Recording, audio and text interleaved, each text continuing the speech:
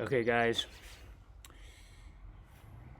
working on making a mask that anyone can make out of homemade materials that is as good as an N95 mask. That's the plan. So right now I have the beginnings of a Schlerin optical setup. That is a really expensive mirror. That's a parabolic mirror that focuses exactly to a point, and using this technique we can visualize airflow coming out of anything, a mouth, a candle, coughs, breathing. And I'm going to be using it to test various masks and also just to show how easily it is for somebody to infect somebody else if they're not wearing a mask. So I'm just going to be working.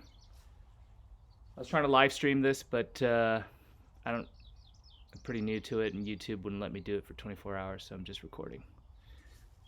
Yeah, so I'm just going to be working. Put on.